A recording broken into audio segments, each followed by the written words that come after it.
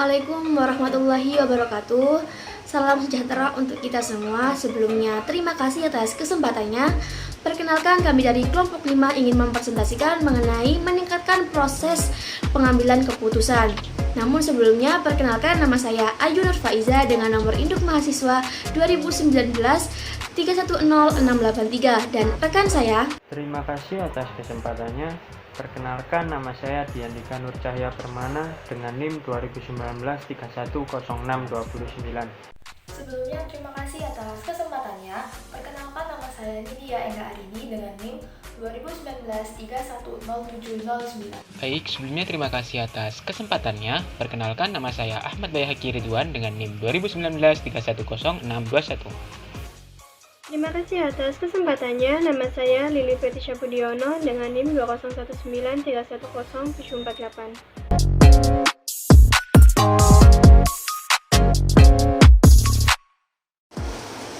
Meningkatkan proses pengambilan keputusan. Yang pertama, pembuatan keputusan dari sistem informasi. Pengambilan keputusan biasanya dalam bisnis terbatas hanya pada manajemen. Saat ini, karyawan tingkat rendah bertanggung jawab atas beberapa keputusan saja. Karena sistem informasi bersedia untuk memberikan informasi yang berpeluang untuk menurunkan tingkat bisnis. Yang pertama, nilai bisnis pembuatan keputusan meningkat. Beberapa perusahaan telah mengidentifikasi sejumlah keputusan penting di mana investasi sistem baru ini dapat meningkatkan kualitas pengambilan keputusan. Yang kedua, jenis keputusan. Terdapat 3 klasifikasi jenis-jenis keputusan. Yang pertama, terstruktur, semi-struktur, dan yang ketiga tidak terstruktur. Dapat kita lihat dalam gambar terdapat segitiga piramida. Untuk urutan teratas sendiri terdapat keputusan tidak terstruktur. Keputusan tidak terstruktur ini merupakan pengambilan keputusan yang harus memberikan penilaian, wawasan, evaluasi untuk memecahkan sebuah masalah. Masing-masing keputusan ini adalah tidak rutin, tidak berulang, kemudian penting, dan tidak ada prosedur yang dipahami dengan baik untuk disepakati untuk membuatnya. Yang kedua, yaitu terdapat keputusan terstruktur. Ya, ini kebalikan dari keputusan tidak terstruktur, yaitu memiliki sifat terulang, rutin, kemudian melibatkan prosedur yang pasti untuk penanganannya. Yang ini membuat mereka tidak perlu diperlakukan seolah-olah mereka itu baru. Kemudian terdapat campuran nih antara tidak terstruktur sama terstruktur yang dinamakan semi struktur, di mana ini memiliki banyak sekali nih keputusan yang memiliki atau terdiri dari 2 unsur tersebut, yaitu dari unsur tidak terstruktur dan terstruktur yang dinamakan semi struktur, di mana hanya sebagian dari masalah yang mereka miliki ini terdapat jawaban yang jelas yang diberikan oleh prosedur yang diterima. Kemudian secara umumnya keputusan terstruktur ini lebih banyak terjadi pada tingkat organisasi yang lebih rendah. Sedangkan masalah yang tidak terstruktur lebih umum terjadi pada tingkat perusahaan yang lebih tinggi. 3, yaitu proses pembuatan keputusan. Di sini dalam gambar terdapat 4 step, yaitu yang pertama intelijen atau kecerdasan, yang kedua adalah desain, yang ketiga pilihan, dan yang keempat adalah implementasi, di mana proses ini merupakan multi step, yaitu harus terurut. Yang pertama adalah intelijen atau kecerdasan. Ini terdiri dari menemukan, mengidentifikasi sebuah masalah dan memahami masalah yang terjadi dalam organisasi. Masalah ini tuh apa sih, gimana, dan apa saja dampaknya terhadap perusahaan. Kemudian yang kedua terdapat desain yang melibatkan identifikasi dan penjelajahan sebagai solusi terhadap masalah. Untuk step yang ketiga yaitu adalah pilihan, di mana terdiri dari pemilihan alternatif solusi untuk memecahkan sebuah masalah. Yang keempat yaitu adalah implementasi, melibatkan pembuatan alternatif pekerjaan pilihan dan terus memantau seberapa baik solusi yang telah dilakukan. Oke, di sini saya akan menjelaskan tentang manajer dan pengambilan keputusan di dunia nyata. Nah, kita harus tahu peran manajer dan pengambilan keputusannya dalam organisasi. Yang pertama, kita harus mengetahui apa itu peran manajerial. Nah, di dalam peran manajerial ini, manajer memainkan peran kunci dalam organisasi. Tanggung jawab mereka berkisar dari membuat keputusan, menulis laporan, menghadiri rapat, mengatur pesta ulang tahun, dan sebagainya. Peran manajerial adalah harapan dari aktivitas yang harus dilakukan manajer dalam sebuah organisasi. Nah, menurut Mintzberg menemukan bahwa peran manajerial ini dibagi dalam 3 kategori. Yang pertama yaitu peran interpersonal, kedua yaitu peran informasi, dan yang terakhir adalah peran keputusan. Nah, peran interpersonal di sini manajer bertindak sebagai tokoh untuk organisasi ketika mereka mewakili perusahaan mereka ke dunia luar dan melakukan tugas simbolis seperti memberikan penghargaan karyawan dalam peran interpersonal mereka.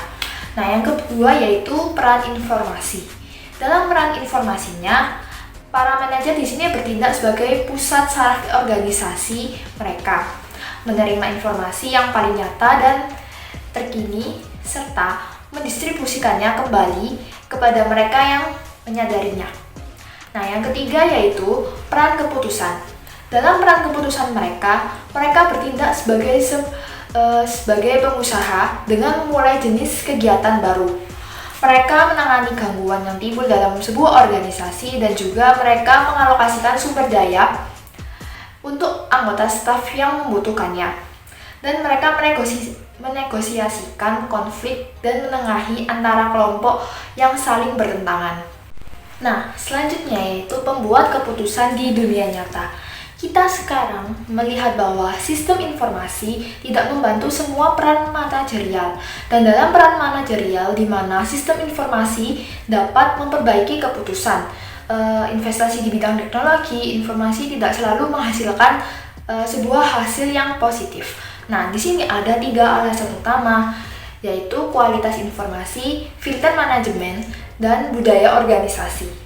Yang pertama yaitu kualitas informasi. Nah, di dalam sini yaitu keputusan berkualitas tinggi itu pastinya memerlukan informasi yang juga berkualitas tinggi. Nah, kemudian yang alasan kedua yaitu filter manajemen. Bahkan dengan informasi yang akurat dan tepat waktu, beberapa manajer membuat keputusan yang buruk. Manajer seperti semua manusia atau kita itu menyerap informasi melalui serangkaian filter untuk memahami dunia di sekitar mereka.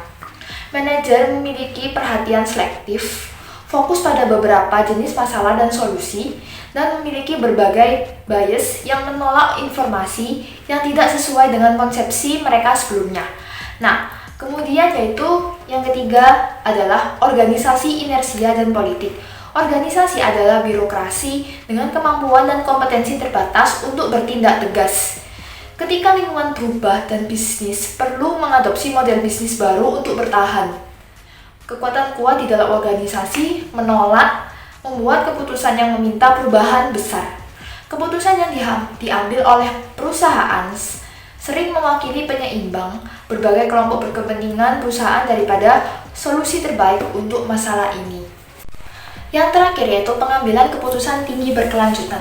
Saat ini banyak keputusan yang dibuat oleh organisasi tidak dilakukan oleh para manajer atau manusia manapun. Kelas keputusan yang sangat terstruktur dan otomatis berkembang pesat. Apa yang membuat pengambilan keputusan berkecepatan tinggi otomatis ini mungkin adalah algoritma komputer yang secara tepat menentukan langkah-langkah yang harus diikuti untuk menghasilkan keputusan, basis data yang sangat besar, prosesor berkecepatan tinggi, dan perangkat lunak yang dioptimalkan untuk tugas-tugas tersebut. Nah, kemudian materi selanjutnya akan dijelaskan oleh rekan saya. Terima kasih. Ya baik, sebelumnya terima kasih atas kesempatannya. Di sini saya akan menjelaskan mengenai kecerdasan bisnis dalam perusahaan. Apa sih itu kecerdasan bisnis sendiri? Bisnis intelijen atau kecerdasan bisnis sendiri adalah istilah yang digunakan oleh vendor perangkat keras dan lunak, serta konsultan teknologi informasi untuk mendeskripsikan infrastruktur pergudangan, mengintegrasikan dan melaporkan, serta menganalisis data yang berasal dari lingkungan bisnis. Infrastruktur pondasi mengumpulkan, menyimpan, dan membersihkan informasi yang relevan tersedia bagi para manajer. Penting untuk diingat bahwa kecerdasan dan analisis adalah produk yang didefinisikan oleh vendor teknologi dan perusahaan konsultan. Mereka terdiri dari perangkat keras dan lunak yang dijual terutama oleh vendor sistem besar ke perusahaan Fortune 500 yang sangat besar. Selanjutnya saya akan menjelaskan mengenai lingkungan bisnis. Lingkungan bisnis sendiri terbagi menjadi 6 elemen. Yang pertama itu ada data dari lingkungan bisnis. Bisnis harus menangani data terstruktur dan tidak terstruktur dari berbagai sumber, termasuk perangkat seluler dan internet. Data perlu diintegrasikan dan diorganisasikan sehingga bisa dianalisis dan digunakan oleh pengambil keputusan. Yang kedua, ada infrastruktur intelijen bisnis. Landasan dasar intelijen bisnis adalah sistem basis data yang kuat yang menangkap semua data yang relevan untuk menjalankan bisnis. Data dapat disimpan dalam database transaksional atau digabungkan dan disatukan ke dalam gudang data perusahaan atau serangkaian data-data yang saling terkait. Yang ketiga, ada analisis bisnis atau alat analisis bisnis. Satu set perangkat lunak digunakan untuk menganalisis data dan menghasilkan laporan, menanggapi pertanyaan yang diajukan oleh manajer, dan melacak kemajuan bisnis dengan menggunakan indikator kinerja utama.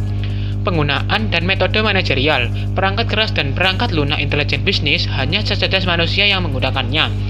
Manajer menerapkan perintah dan pada analisis data dengan menggunakan berbagai metode manajerial yang menentukan tujuan bisnis dengan strategis dan menentukan bagaimana kemajuan akan diukur.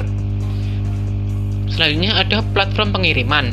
Hasil dari bisnis intelijen atau kecerdasan bisnis dan analisis disampaikan kepada para manajer dan karyawan dengan berbagai cara, tergantung apa yang perlu mereka ketahui untuk melakukan pekerjaan mereka. Beberapa macam platform pengiriman ini terdiri dari MIS, DSS, dan ISS yang sebelumnya pernah dibahas. Yang terakhir ada antarmuka pengguna. Orang bisnis tidak lagi terkait dengan meja kerja dan desktop mereka. Mereka sering belajar lebih cepat dari representasi data visual daripada dari laporan kering dengan kolom basis informasi. Perangkat lunak analisis bisnis hari ini menekankan teknik visual seperti dashboard dan kartu skor. Baik, selanjutnya saya akan menjelaskan mengenai kinerja dan analitik kemampuan. Bisnis intelijen dan analisis berjanji untuk memberikan kebenaran informasi yang real time kepada pengambil keputusan dan alat analisis membantu mereka dengan cepat memahami informasi dan mengambil tindakan. Ada 5 fungsi analitik yang diberikan sistem bisnis intelijen atau kecerdasan bisnis untuk mencapai tujuan ini.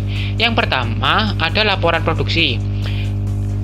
Ini adalah laporan yang telah ditetapkan berdasarkan kebutuhan spesifik industri. Yang kedua ada laporan yang diukur. Pengguna memasukkan beberapa parameter seperti pada tabel pivot untuk menyaring data dan mengisolasi dampak parameter. Yang ketiga ada dashboard atau kartu skor. Ini adalah alat visual untuk menyajikan data kinerja yang ditentukan oleh pengguna. Yang keempat ada pembuatan query. Ini memungkinkan pengguna membuat laporan mereka sendiri berdasarkan query dan penelusuran. Yang kelima ada drill down. Ini adalah kemampuan untuk beralih dari ringkasan tingkat tinggi ke tampilan yang lebih rinci. Yang keenam ada perakiraan skenario model. Ini mencakup kemampuan untuk melakukan parameter linear, analisis skenario, bagaimana dan jika, dan menganalisis data menggunakan alat statistik standar. Dengan menjadikan data dalam bentuk visual, alat visualisasi data dapat membantu pengguna untuk melihat pola dan hubungan dalam sejumlah besar data yang sulit dikenali jika data dipresentasikan sebagai daftar teks tradisional. Sistem informasi geografis membantu pengambil keputusan memvisualisasikan masalah yang memerlukan pengetahuan tentang distribusi geografis atau sumber data yang lainnya. Perangkat lunak mereka menghubungkan data lokasi ke titik garis dan area pada peta. Baik, sekian presentasi dari saya. Jika ada salah dan kata saya mohon maaf yang sebesarnya. Selanjutnya akan dilanjutkan oleh rekan saya. Terima kasih.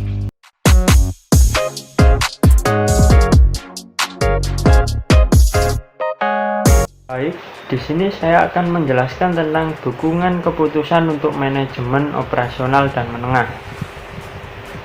Manajemen operasional dan menengah umumnya dituntut untuk memantau kinerja aspek-aspek utama bisnis, mulai dari downtime mesin di lantai pabrik, hingga penjualan harian atau bahkan per jam di toko makanan, waralaba, hingga lalu lintas harian di perusahaan. Nah, sebagian besar keputusan yang mereka buat itu cukup terstruktur. Sistem informasi manajemen atau bisa disebut MIS biasanya digunakan oleh manajer menengah untuk mendukung keputusan jenis pengambilan keputusan ini, dan keluaran utamanya adalah serangkaian laporan produksi rutin berdasarkan data yang diambil dan dirangkum dari sistem pemrosesan transaksi yang mendasari perusahaan. Spreadsheet memiliki fitur serupa untuk analisis multidimensi yang disebut tabel pivot, yang oleh manajer dan analis menggunakannya untuk mengidentifikasi dan memahami pola dalam informasi bisnis yang mungkin berguna untuk pengambilan keputusan semi-struktural. Terima kasih, selanjutnya akan dilanjutkan oleh rekan saya. Selanjutnya, yaitu saya akan menjelaskan tentang dukungan keputusan untuk manajemen senior, yaitu yang bertujuan untuk membantu manajer eksekutif tingkat C untuk memusatkan perhatian pada konfirmasi kinerja yang sangat penting yang mempengaruhi keseluruhan profitabilitas dan kesuksesan perusahaan. Selanjutnya yaitu adapun dua bagian untuk mengembangkan ESS. Yang pertama yaitu memerlukan metodologi untuk memahami secara tepat apa itu informasi kinerja yang sangat penting untuk perusahaan tertentu yang dibutuhkan eksekutif. Yang kedua yaitu perlu mengembangkan sistem yang mampu menyampaikan informasi ini kepada orang yang tepat secara tepat waktu. Selanjutnya yaitu ada sistem pendukung keputusan kelompok atau GDSS. GDSS adalah sistem yang digunakan oleh sekelompok orang yang ingin memecahkan masalah dengan menggunakan teknologi komunikasi, komputasi, dan pendukung keputusan. Selanjutnya ada jenis-jenis GDSS. Jenis-jenis GDSS sendiri itu ada 4. Yang pertama yaitu ada decision room, yang bertujuan untuk sebuah kelompok kecil dalam pertemuan tatap muka. Decision room mendukung kelompok kecil yang berukuran mulai dari 3 sampai sekitar 24 orang yang perlu bertemu secara tatap muka. Yang kedua yaitu ada local area decision network, yaitu yang digunakan untuk sebuah kelompok kecil yang anggotanya tersebar di beberapa wilayah. Apabila beberapa anggota tidak dapat bertemu secara tatap muka dan menyebar di wilayah yang terbatas, jenis ini bisa digunakan. Yang terakhir yaitu ada computer mediated conference, yaitu beberapa aplikasi otomasi komputer seperti konferensi komputer, konferensi audio, dan konferensi video untuk memungkinkan anggota kelompok yang tersebar secara geografis untuk berkomunikasi dengan menggunakan konferensi mediasi komputer. Jadi tidak perlu untuk menjadwalkan pertemuan terlebih dahulu.